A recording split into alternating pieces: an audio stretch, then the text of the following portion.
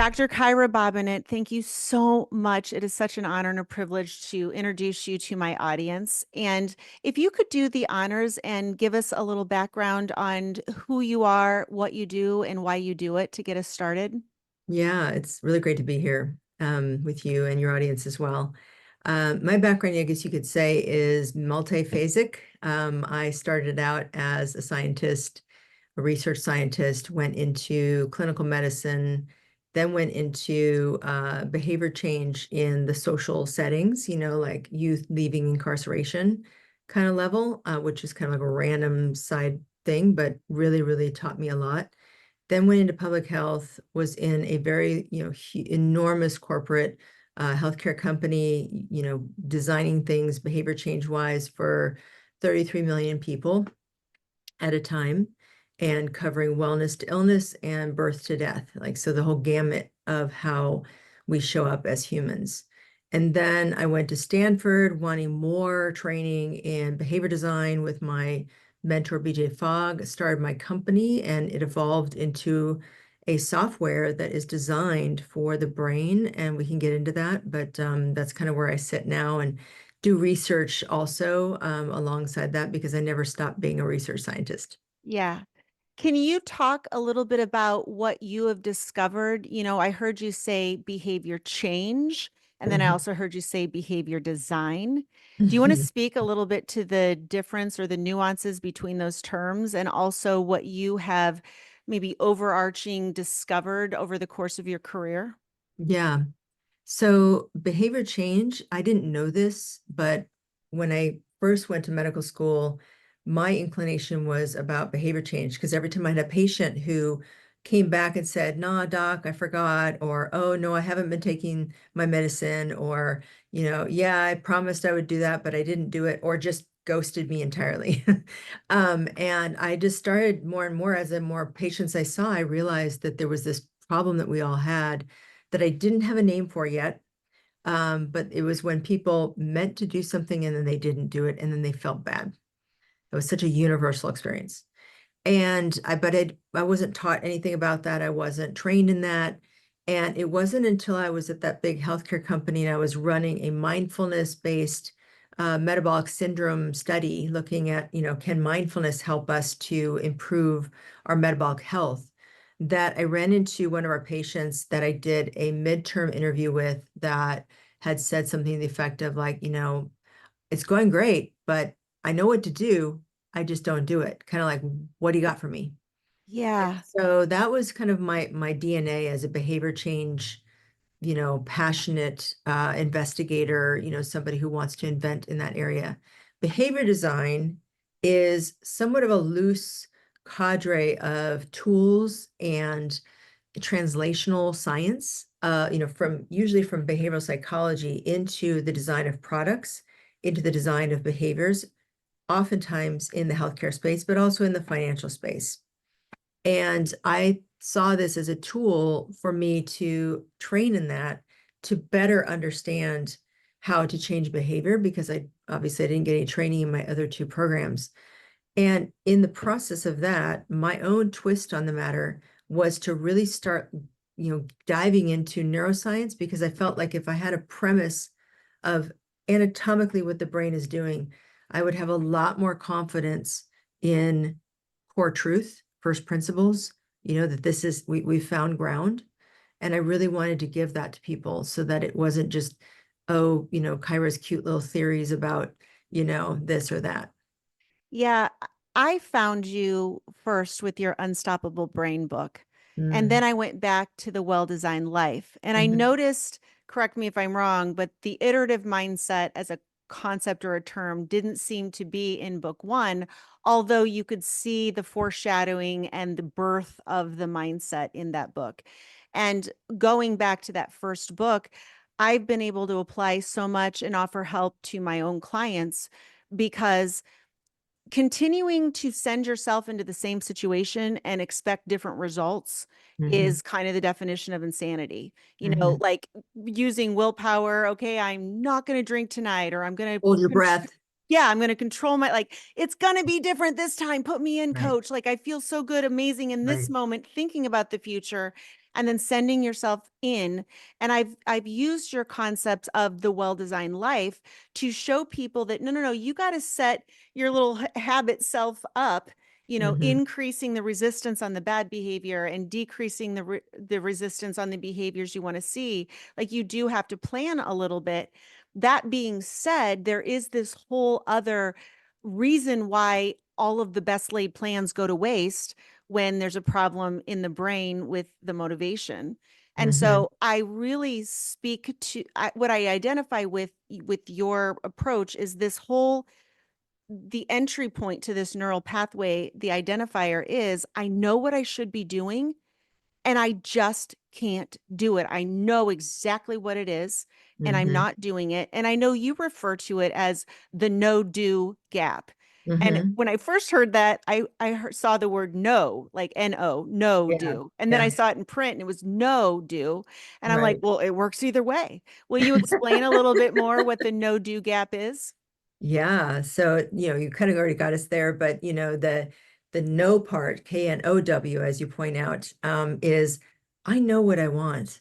I know what would fix. People are brilliant at knowing what they should do and what they want to do, but all of us fall short on actually doing it. And that latter part is what I'm fixated on. Because you take something like precision medicine, which is like your DNA says you have this risk and you would do well with this many carbs. Like, yeah, there's like probably less than 5% of people who can like really, really dig that and really like glom on and follow it perfectly. And then 95% of us, and I'm in the latter category, who, would never be able to follow that so prescriptively, and our lives would just crush any structure that we had with that. And that's where things like SMART goals or tracking against your goals fall short and actually set us up to fail. We can talk about that.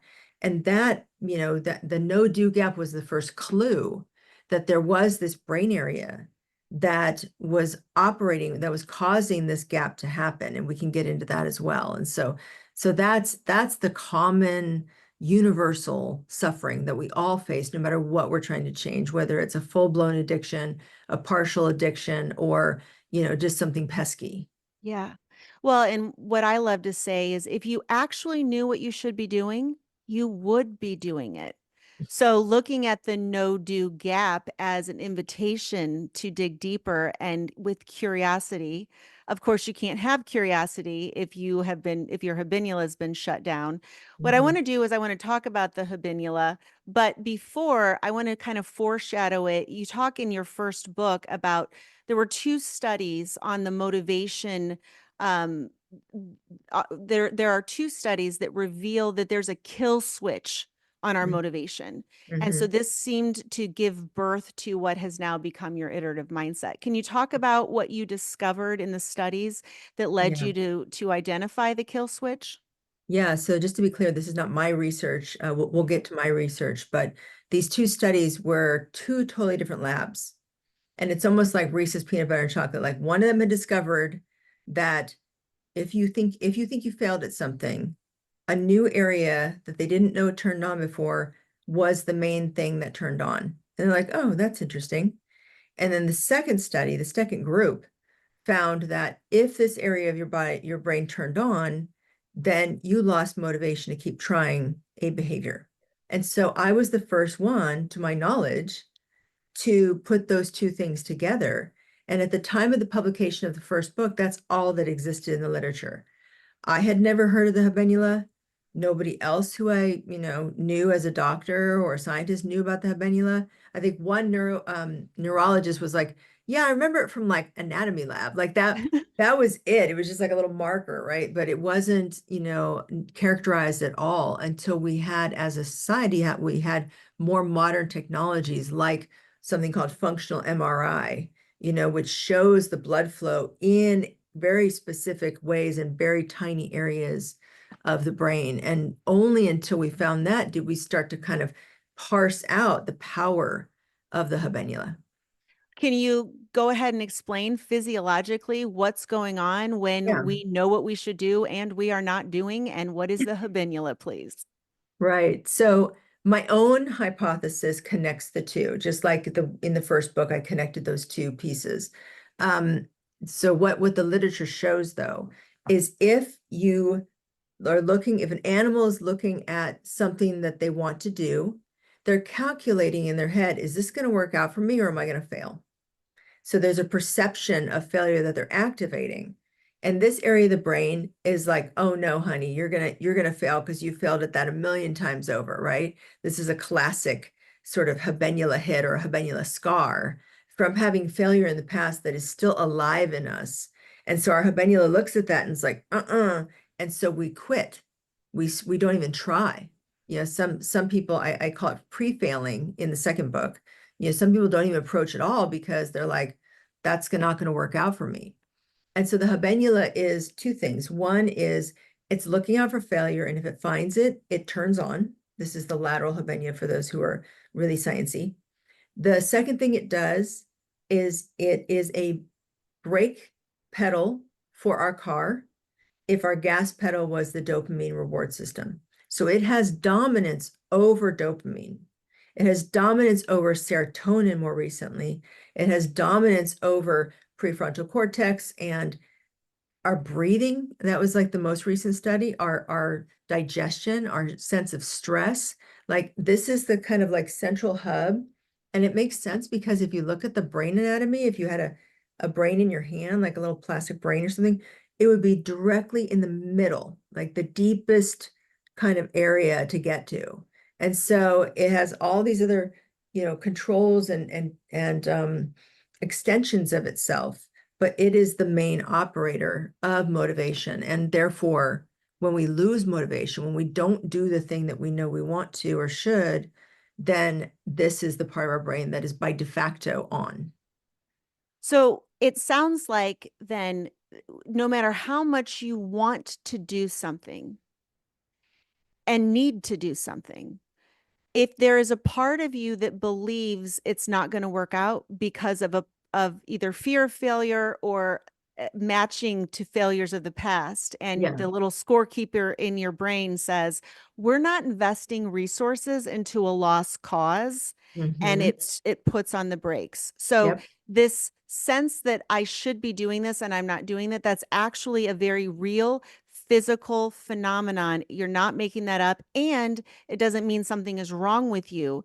Mm-hmm. It's just a perception that, Mm-hmm. as we'll talk more about, you can fix. Mm-hmm. But until you understand that that's the problem, beating yourself up for not performing as expected is actually making it worse, which I know for the work that I do with alcohol use disorder, to me, this is the birth of alcohol use disorder. It has Yeah. nothing to do with how much or how often you drink.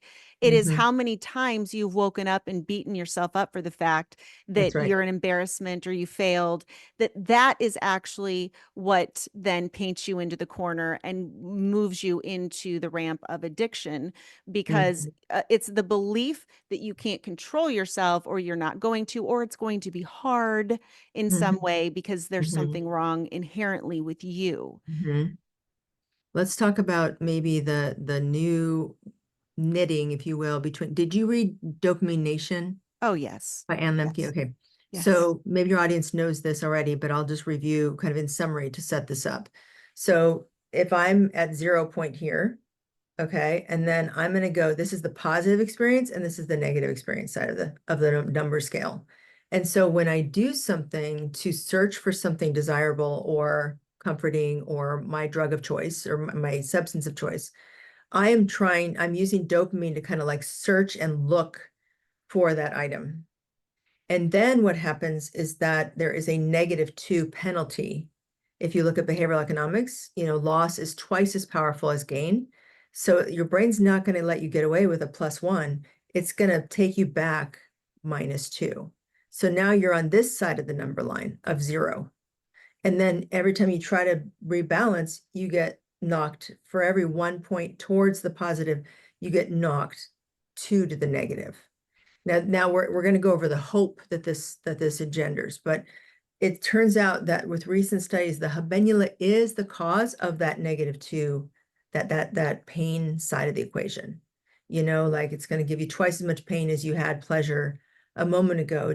And then what that does is it causes craving. It causes habenula is the reason for withdrawal feelings, whether the withdrawal thoughts or withdrawal like physiological cravings, physical cravings that you have, or that negativity bias that beating yourself up. It's working with the prefrontal cortex in that way to penalize myself, to keep myself in that sort of downward spiral in this direction.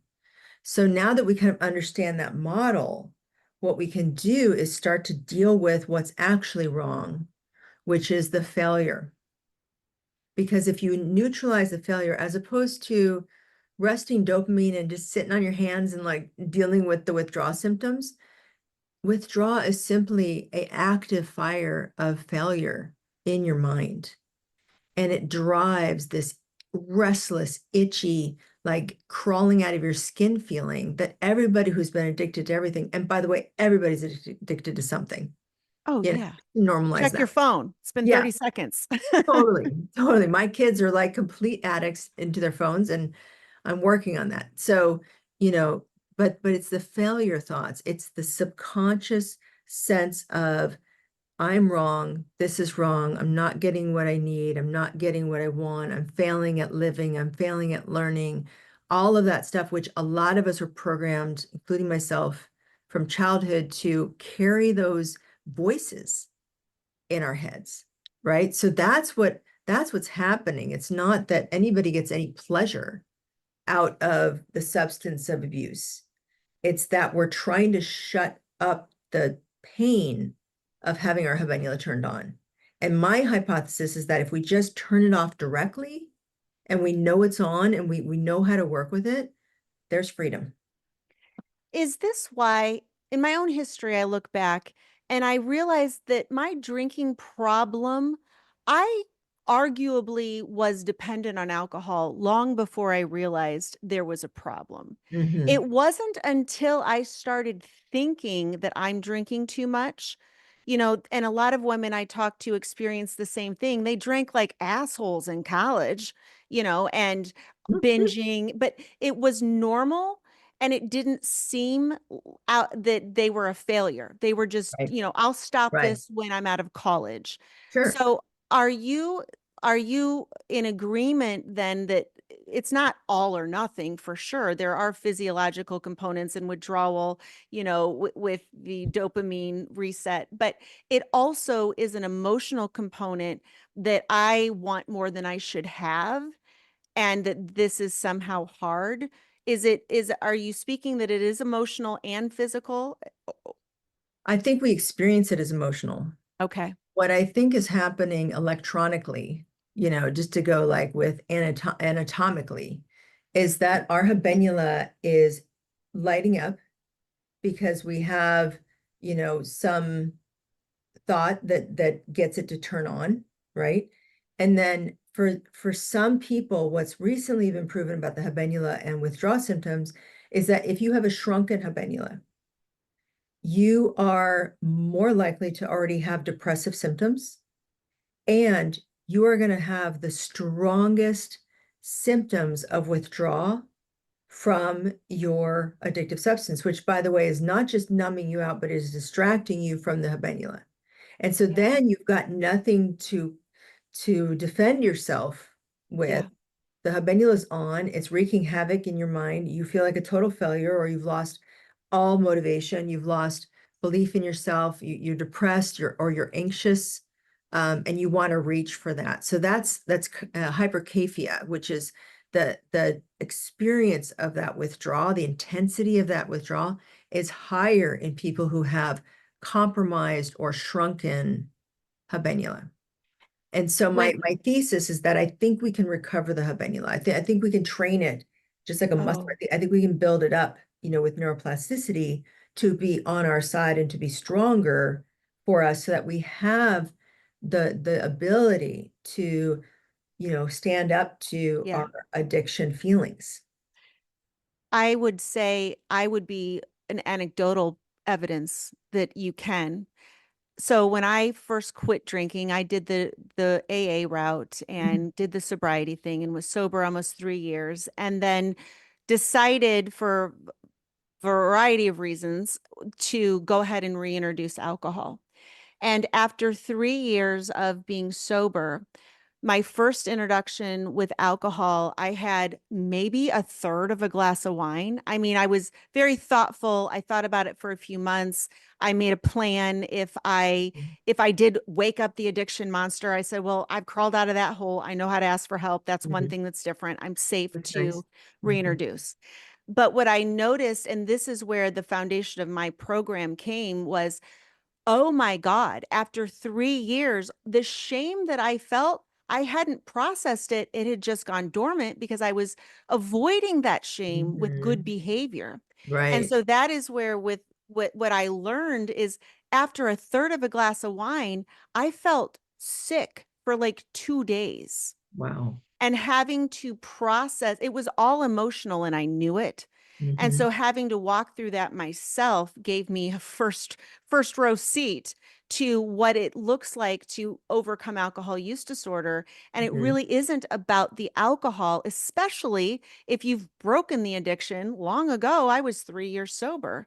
And Mhm. Mhm. then now being able to see that in action and know how to respond, what's emotional and what's actually I just got overserved. And Mhm. there's a lot of felt sensation and awareness of my own mind and body that I've Mm. had to work through. That's key. So I think it's really important to understand that the way you feel is not just a product of objective reality. It's also the story you're telling yourself, your fears, all of that. Were you always self-aware? I would have told you I was amazingly self-aware. Mhm. And in hindsight, my definition of emotional intelligence was I could tell you what everybody else was thinking. And it turns out my thoughts about their thoughts were still my thoughts. So, no, I was not self aware. I had Well, no the idea. story has a lot of self-awareness in it, which I love. You have this kind of witness, as they say in meditation circles, watching yourself do the thing, watching yourself think the thing, which I'm sure you work on with your clients. But that's just it's a powerful locus of control, as they call it in psychology, a way to just really ground with, like, and allows you to say, my habendula is not me, my thoughts are not me, these stories are not me, where did I get these? I've never heard anybody so perfectly describe the dissection between, when you go abstinent, you are not dealing with the things with what happens when you trigger the habenula, Yeah. and That's, you did that perfectly just now. Like, I think it's so clear that that's different yeah. from working through with that, which is one of the advantages. If somebody can tolerate it and do well with it, that's one of the advantages of, like, more of the harm reduction route, is that Hmm. you're actively blocking and tackling with life as it presents itself. And if Yeah. that's not too overwhelming, too much too soon, Yeah. that helps you to integrate, you know, um, these mental habits, is all they are, these Yeah. stories, and really be able to, like, question them, rewrite them, Yeah. reframe them. And I'd rather take somebody who's done a bit of that work Yeah. and put them up against the world, than somebody who is, essentially withdrawing and then just removing the stimulus. If they can, great. But Yeah. as we see with so many people, sometimes that backfires. You're just kind of Yeah. holding your, fingers, and then all of a sudden they'll fall off a cliff, and, don't have any tools to deal with the Yeah. habenula because they haven't ever met it. Well, that's where I work with women is using your work. I Hmm. teach them to fail, not to succeed. And so much out there is about changing your Beautiful. behavior, which if you can get abstinence, but at some point, if you pour alcohol on those old beliefs, whether you get served accidentally. I remember going Right. to a resort, all inclusive, asking for a, vodka free vodka cranberry, just no vodka, and getting what I thought was a mocktail, and then being halfway through it and realizing when I stood up, that was a familiar feeling. I hadn't had a drink in years. There was a Mhm. sensation in my muscles, and it Mhm. triggered a stress response Mm. where, because I was still in the AA mindset, oh my Yeah, God, there's alcohol on I board. And failed. Yeah. I started to freak out. I was able to calm that, but that's the tools that people need. That's why when, first of all, I have a certain threshold of drinker that I bring into my program, Mhm. but then I don't have them stop drinking, because you Mhm. cannot process this until we have access to the shame. And Mhm. Mhm. perfect behavior to avoid the shame does not set you up Mhm. for being able to actually handle what, I also use trauma response to describe Mhm. what's happening. We've traumatized ourselves over and over, beating ourselves up. And Mhm. so the alcohol can trigger that trauma response. So learning, like, if you knew what you should be doing, you would already be doing it. The reason is you don't know what you should be doing because you're stuck in a trauma response, which is that depression, that freeze response of and helplessness, and I can't keep Mhm. going. And so Mhm. these are the tools that I teach that are transforming people, Mhm. and while they're still consuming alcohol and able to address their drinking habits. But I want to get back to what you do, and I want to talk about Mhm. the moment. At least I saw it kind of cinematically in my mind. You were talking about the Fortune 500 research project that you were doing, and then you found Dr. Chu's panel of the expert patients who were Mhm. able to work their way out of, I don't know if it was metabolic syndrome or those symptoms of heart Different disease. diseases. Yeah. And Mhm. all of a sudden, you see what you now term as the iterative mindset kind of emerge from the data. Mhm. Can you talk about the turning point where, especially between book one and book two, and in your Yeah. research, you discovered or gave word to this iterative mindset? Yeah, absolutely. So, having written the first book, I was aware of how important motivation loss was, how important learned helplessness was, how that was really disproportionate in people who have had tough lives, or unresolved trauma, to your point. And so those people have more, delicate or hyperactive habenula, Okay. with response to the same cue. And so I didn't know that yet, but I was going into this research and I'd always, always, always wanted to know what is it that causes people to change permanently. And so I only did research on people in the Walmart project, with frontline workers of people who had changed their lives substantially for a long period of time.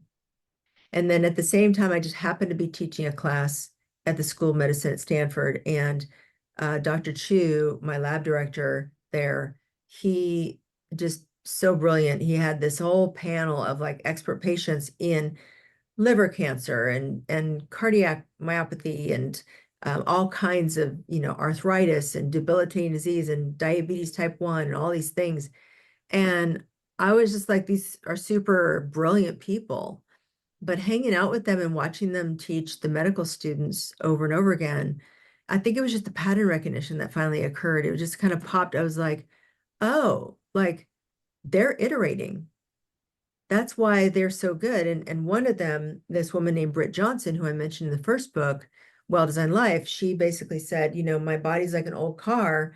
I just tinker, like I'm an old car enthusiast, like tinkering and tweaking it until it works again. And so like that was like the first clue of like, oh, there's iteration going on here. And it's happening over here in product design. I'm in Silicon Valley and all of that focus kind of seeped into my thinking, and Stanford's a big hub for that.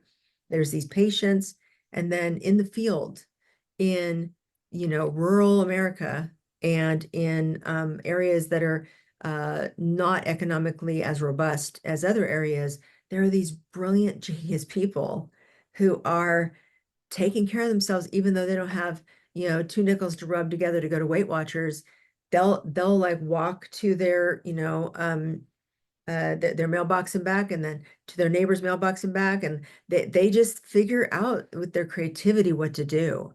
And I found it fascinating. And then I was like, oh, if those people are special, can we make everybody like them? Is this a methodology that is emerging?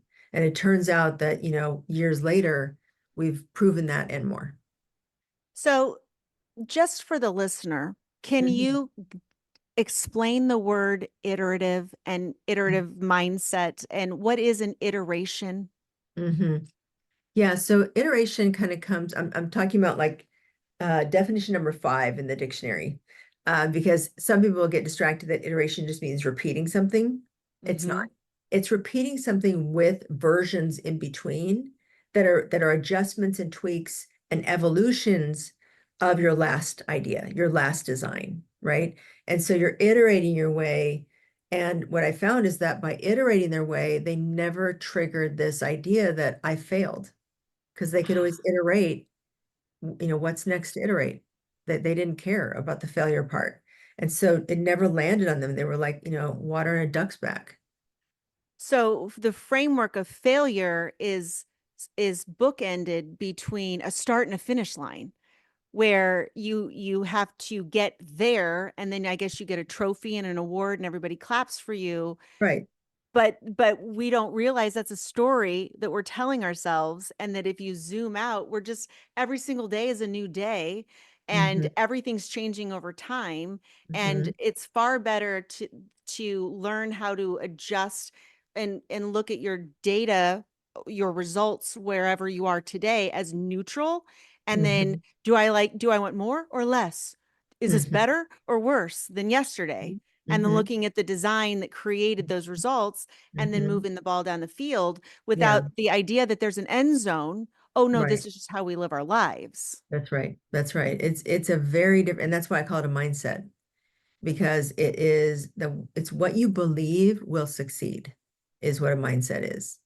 Some people, all of us who have been trained by this society to be performers, I mean, I went to really good schools. I was surrounded by people like this, like me, who just like flog ourselves, and we're so good at jumping through hoops and acing certain tests, performing at a certain type of intelligence. And but then every single one of us, every single one of them, my colleagues and peers, were using negative, abusive language and thoughts in their head to drive themselves to these superhuman feats. And then the side effect was suicidality, depression, addiction, quitting, like all kinds of funky, funky, funky. Because if you're too rigid about what you're evaluating, like, if I don't get this or I'm not this by this time, oh my gosh, you're setting yourself up for a world of hurt, because you're setting yourself up for failure. And so that's why iteration and iterative thinking is so protective, because it just keeps your habenula like nothing to Yeah. see here. I see so many women who identify with the growth mindset. Everybody knows how to have a growth mindset at work Hmm. and, see yourself in a process of change. But nobody teaches us to do that in our personal lives. And in fact, I think our culture over the last few decades, it's just like the shoelace getting around wound around your bicycle pedal. With every generation, it gets tighter and tighter, where we think this performance that we're taught at school and on the fields and in music and competitions, that somehow becomes how we talk to ourselves. And I Hmm. just want you to Yeah. juxtapose the difference, if you could, between performance and the iterative mindset. And I'd like you to do it in terms of the apps where you track, the Hmm. tracking apps. Like so many of my clients Yeah. have tried the reframes or the sunny sides, and what happens with extended use, it's actually working against them. Can you explain why? Yeah, absolutely. So building on what kind of things that we've said is that if you have a rigid idea of what success is, then you have narrowed the world of possibilities to this one perfect sequence and deadline. And the chances of that actually working out exactly as it should is somewhat on the order of like, logs of fractions of probabilities. And so instead of that, what is protective is thinking of the world as what's next. And I'm just going to iterate my way through this. Performance-based goal orientation, which is what it's called in literature, has been shown to be the cause of quitting, maladaptive behaviors, anxiety, cheating, like lying, like all kinds of funky ways because we're trying to protect our ego from the failure. And so we want to keep up appearances.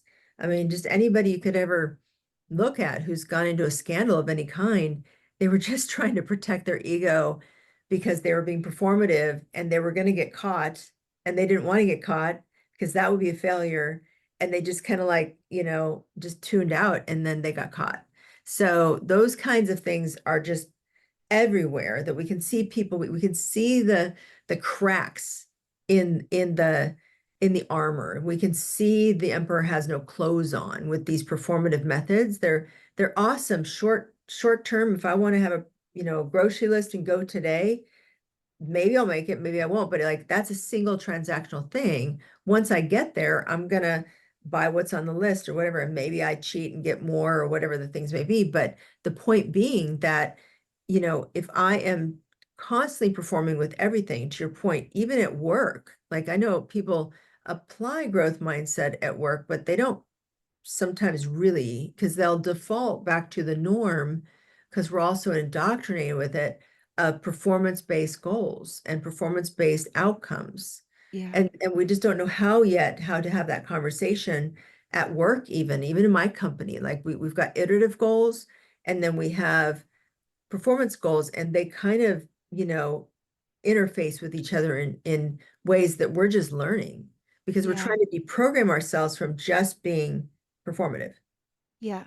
Well, Mhm. and it also leads to the mind body disconnect because as long as you're managing your behavior and it's not maybe all that natural, you're suppressing the emotions because you have to ignore those parts of yourself. It's not okay for you to feel like a failure, or it's not okay for you to hit your mark today.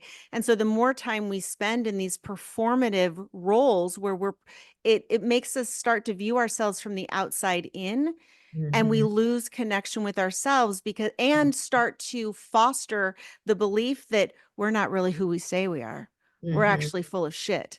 And everybody sees us as perfect or high performance, but that's not who we really are. And so that's how the divide grows between who we show the world and how we have these feelings that then are unprocessed and just bloom into that imposter syndrome, shame, all of that.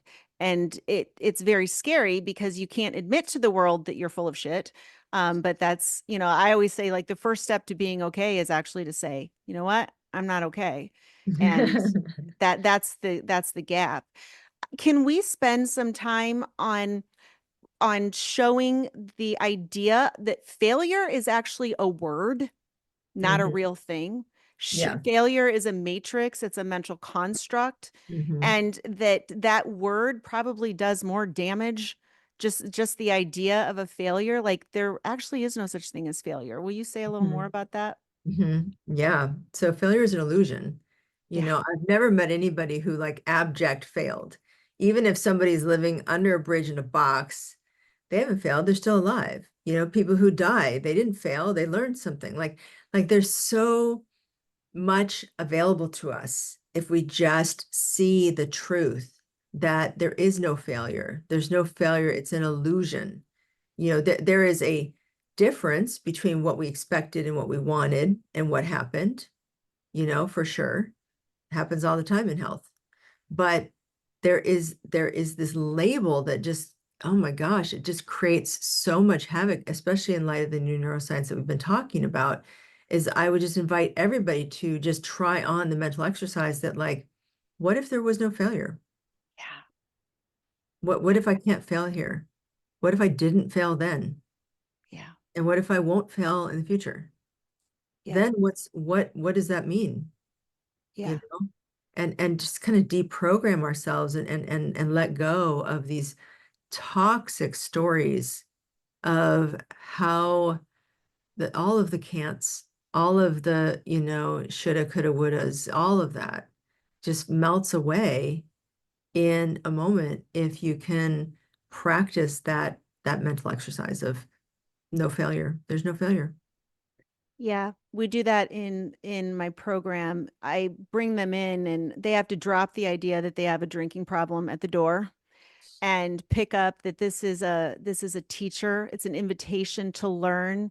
It's an invitation to heal the disconnect between who they think they really are secretly and who they project to the world and bring those into, being so that you are a whole integrated person. And that Mm. if it wasn't alcohol, something else would have brought you to your knees, Yep. because you can't perform your way out of shame and failure forever. And what got you here, successful midlife, that's most women that I work with, isn't Hmm. going to get you there. And Hmm. so there is no failure. There's a needs gaslight on your car, and that's not a failure. That's a needs attention.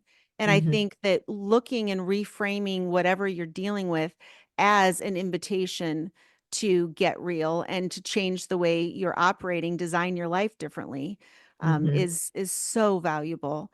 And I Yeah. love the idea that failure is an illusion. It's a mental construct. So is marriage. So is money. So is next Tuesday. Like all of these things are just ideas we make up and we all march in lockstep. But what if there is no failure? What if you can't fail at being you?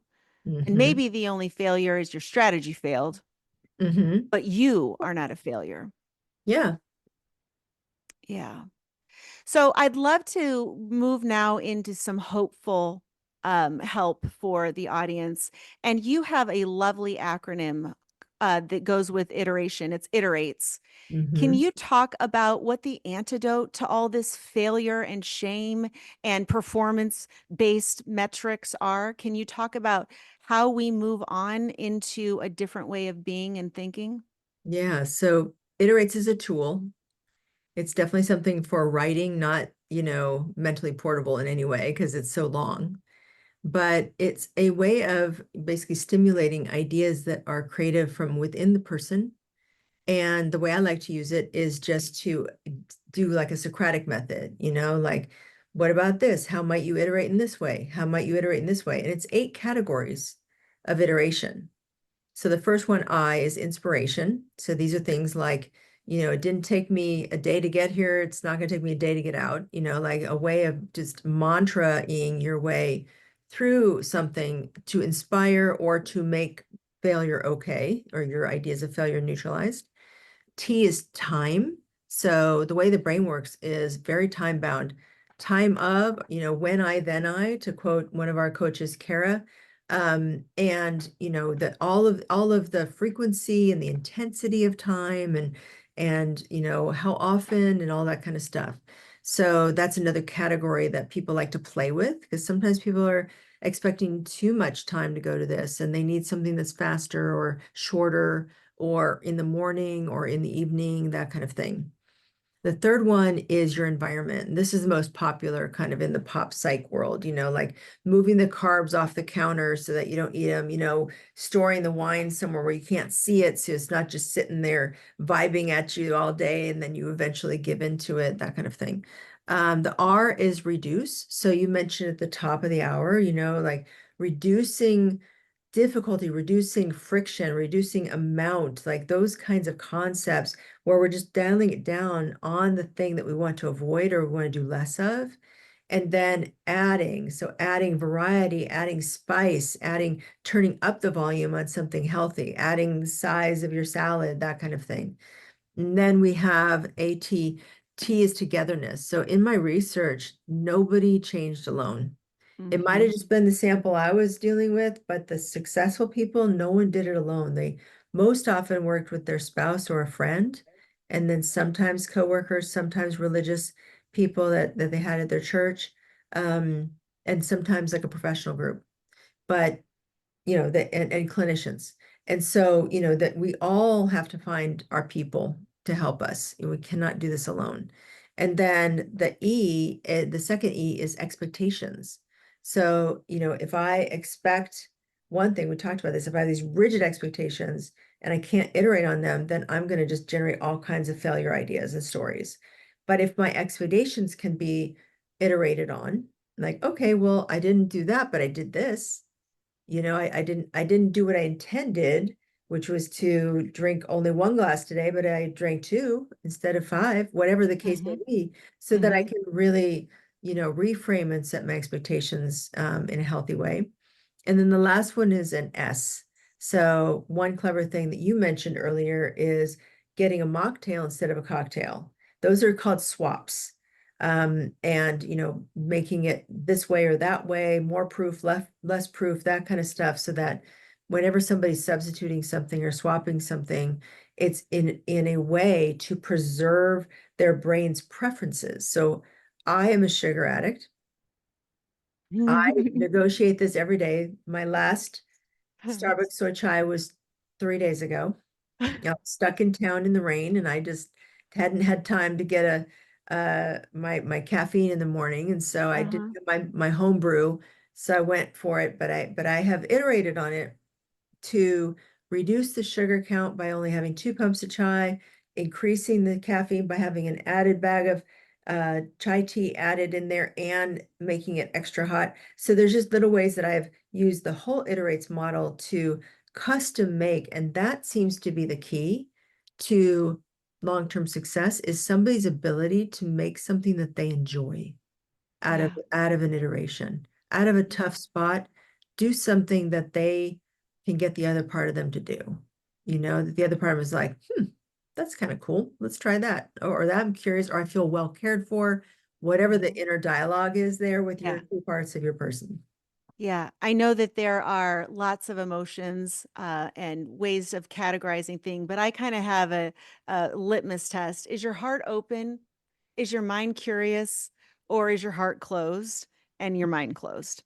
And Hmm. that's a felt sensation. And whatever idea you're coming up with to iterate, if it sounds good, then that's what will move you forward. Worst case scenario, it's not going to work like you think it does and you're going back Hmm. to the drawing board. But if you don't have that sense of heart open, what you're actually doing is learning, because we're always learning that this is going Hmm. to be hard or that I have to white knuckle this. Hmm. Hmm. And so I teach women to use their bodies as a litmus test. And the litmus Hmm. test is this a good idea or a bad idea? We'll let your body tell you, because if it doesn't feel good and you push through that, even if Hmm. you get short-term results, you're going to set yourself up for a longer term problem because there's Hmm. a belief there that this is hard or it's not going to last, which I think happens so often with Yeah. people can change their behavior for the wedding. They want to lose the weight, or, Hmm. somebody's threatening divorce. So I don't have a drinking problem. I'm going to get all that together, or somebody's watching me, but then Hmm. they're performing the behavior as expected, and Hmm. they're not actually authentically tied and enjoying this experience, which means at some point there's going to be a bungee cord effect, boom, Hmm. because you're Hmm. not identifying this behavior as who you really are. And so you have to have your heart open. And if your heart isn't open to whatever you want to do, then that's not what you should be doing. Like, there you go. Yeah. Hmm. Yeah. Hmm. Well said. The last thing I'd like you to touch on is the expectation part. Because I have a lot of work to do with women who think, because they're used to getting everything they want pretty damn fast. And they Hmm. already have gotten everything they want, except this one teeny weeny, tiny little drinking problem.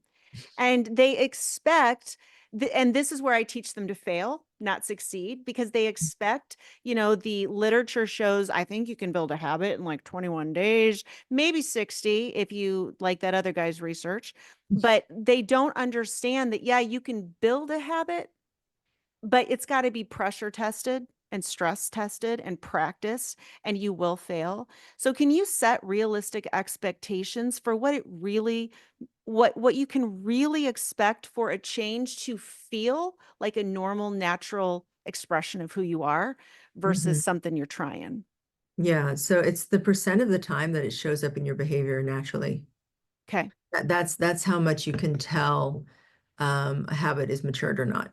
So it's not that, 21 days, you've got like a little sprout, of Uh-huh. some sort of, neuroplasticity, neural growth. Your nerves are like, okay, maybe you're interested in doing this more often. 60 days, you've got something that's a little bit more like a little tiny tree, right? Like a little plant, right? But just like you wouldn't let a little sapling that you're putting in your front yard, you give it a stick to hold it up. You wouldn't just, leave it to the elements and the animals and things like that. You have to continue to strengthen that habit until it is the default. Most of the time, you will do it that way. That's how you can tell that you've built a sturdy habit. Nothing short of that. And it doesn't matter if you build your sturdy habit and then you go boop, boop, like back to the old tree and because the old tree is always there, you're just not taking care of it, you're not fertilizing it, it will start to age and die off. But it's not going to be gone for a very, very long time. And Yeah. so your new habit, you're just investing, you're reinvesting, you're giving it compost, you're giving it fertilizer, you're giving it water, you're continuing to feed it, and it becomes stronger and stronger and stronger. And it really doesn't matter what the old one is doing, except if you don't panic when you find yourself doing the old behavior. That seems to be the key, is for people to understand, like, if the old behavior comes roaring back and it gets you, so what? It's a game. 1 point Yeah. on the board for old habit. So what? you know, get back on the horse, Yeah. reinvest. And people who have the shortest, like I'll call it wallowing time in their Uh-huh. relapses, do the best long term. Because not how many relapses you do, it's how many times you close that gap and you resume with some sort of effort that shows that you've got motivation to come back. And that means by default that you have, beaten your ideas of failure for that moment in that context. Yeah. Hmm. And that's all there is. That's why my program is a year, but all my perfectionists, I'm like, yeah, it's 3 months with 9 months of follow-up. Same thing. Because they get it. They have the baby behavior, but then at some point life happens and I have practice and they feel safe. And I think that's the one thing that you have to let go of, is that everything's behind you, and that there's ever a place where you get there and you're done. Like, well, unless you're dead, you're not done. And so Hmm. this, well, I haven't had any behavior that I felt out of control for months. So what the hell happened last night? Well, we could talk about it, but it did happen. And this is actually the test this morning. Life gives you the lesson first, and in this, what is it? Life gives you the test first and the lesson follows. And Hmm. it's really, I think, having to get over that perfectionism, that you're not ever going to make a mistake. Like, that's that is really, I think, what hurts the most with those of us who identify as high performance, is we don't like to see that we've made a mistake, and then we get stuck in that. It's like quicksand. Yeah, and the perfectionism, just to honor that for a second, it got them a lot of good things. Yes. Protected Yes. them, protects us Yeah. from this or that or whatever, and it helps us to, get experiences that we want more and more of. So there's nothing wrong with it, but when you overuse it and you don't counterbalance it Yeah. with, there's either it's perfect and you're happy with it, or you learned something. That Yeah. second half of that equation is missing in these people, you Yeah. know, that Yeah. they're just ignoring. It's not that they're wrong about the perfectionism, it's that they're wrong about the times when they don't see perfection and what to do with that. They don't have anything. Yeah. Like anything, it's a double-edged sword. It's a tool. Mm. And if you're holding the wrong end of the knife, it's going to cut you. And if you're holding it correctly, you can slice your way through a forest. So Yeah. understanding that perfection is also a tool, and Mhm. not cut yourself with it, is, I think, a novel concept that nobody ever taught me. That's Yeah. why I got to learn it the hard way. So there's Yeah, that. exactly. And I think it goes back to what you were saying before, like the more we accept ourselves and don't reject ourselves, any part of ourselves, Yeah. because even the most unsavory, shameful part of ourselves was trying to do something to save us Yeah. or to protect us or Yeah. to get something, that we needed. And Yeah. so, bless the old shells, bless the old Yeah. skins that we've shed. Yeah. And, again, don't freak out if you Yeah. find yourself in the past, Yeah. your past behavior, just transport yourself to the future again. For sure. And wisdom isn't stuff your mom told you and you listened. Wisdom is stuff you got to go out and learn it the hard way. So Yeah. everything can be a gift if you decide, but you have to process the shame first. It's not a gift as long Yeah. as it's, so there's a lot of work that needs to be done. And I am the biggest fan of yours. Do you have anything that you're working on now? What's your next breakthrough for the world? Yeah. So right now we have a couple things going. One is that we validated the iterative mindset inventory, which is a academically validated tool. It's 12 questions long and it's on my website, drkyrabobinet.com, so that anybody who wants to can go take that quiz and then get a packet of guidance that is psychologically and statistically and scientifically sound, that tells you about yourself and where you might be struggling or not, and that sort of thing. So that's a tool that is free. I mean, you can sign up for a newsletter or whatever you want to do, but it's not, I'm not trying to like charge people for this or that. That's not what I'm doing. I am really honestly trying to get the word out because I truly believe after 30 years of studying this, that this is the most potent medicine that I've found. It is the Yeah, most potent mindset. We talked about growth mindset. All due respect to Carol Dweck's work, iterative mindset is a furthering of the learning mindsets that she discovered, that she first articulated, and she went down the rabbit hole of growth mindset, which is very valuable, but it does not cause us to iterate. It just causes us to not think that we failed for now, mm-hmm. but it doesn't give Mm-hmm. us forward motion about what the remedy is. And I find that to be incomplete without Yeah. the capstone of the iteration instruction that so many people need.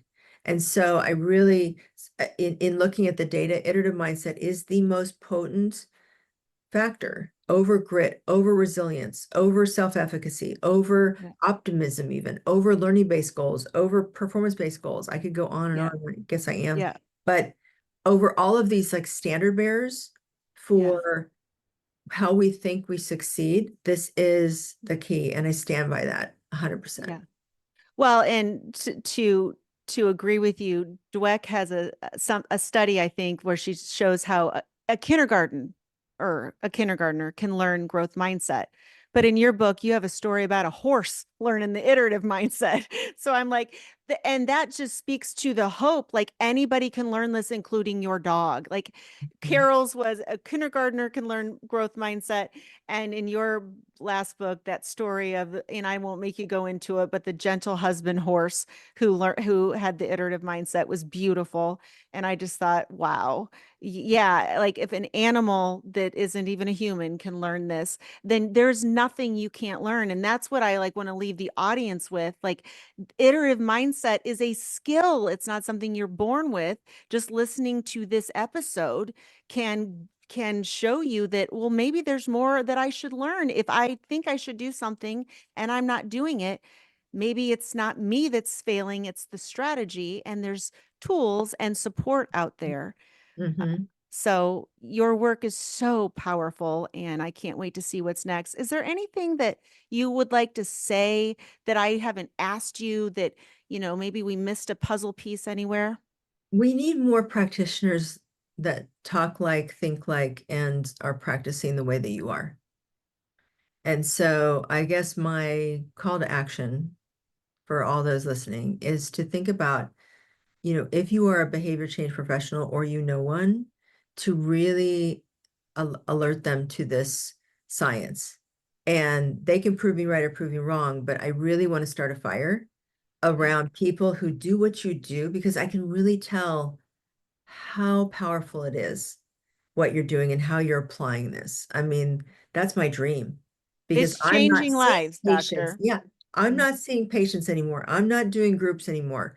I'm Yeah. running a company that shares and studies these things in order to empower people to do that in their professional life. And I would love nothing more than the entirety of the health and wellness industry to start using this paradigm instead of this very harmful, overplayed, brain inconsistent, hurting our brains, kind of overperforming kind of way of doing things, which we're doing it because we got nothing else to do. We, Yeah. we don't have an alternative and now we do. And so the Yeah. more we can get that out there and get practitioners going and asking and talking to each other, helping each other out, and that kind of thing. I just really applaud that. Yeah. Well, thank you so much for being here. I feel like, there's the neuroscientists and the doctors, and then I just feel like I'm the translator. I'm the middleman. I'll read your books and I'll bring it in and put it in the program. And um, it is changing lives. The women in I mean, I have a money back guarantee on reducing your alcohol consumption by 80%. Thus Right. far, I've not had to give a refund. That's amazing. It's a year program Um, though. So, yeah. All right. So, can you let my audience know you already said where to find you on your website, mhm, drkyrabobinet.com. mhm, mhm. And then anything else? You have a try app, don't Fresh you? Try, yeah. So Fresh Try spelled Okay. TRI.com is the free software for habit formation. We do not have anything on alcohol use yet, but I really want that. But we do have healthy eating, exercise, negative thoughts, stress reduction, those kinds of habits so far that are all clinically proven. They pulled from the literature so that you're in good hands in terms of that. And we don't sell your data. We don't advertise to you. We're just doing this for, large employers, and you get to benefit because you get a free app that is very, very highly developed. All right. Thank you so much for your time. I really appreciate it. Thank you so much for your work.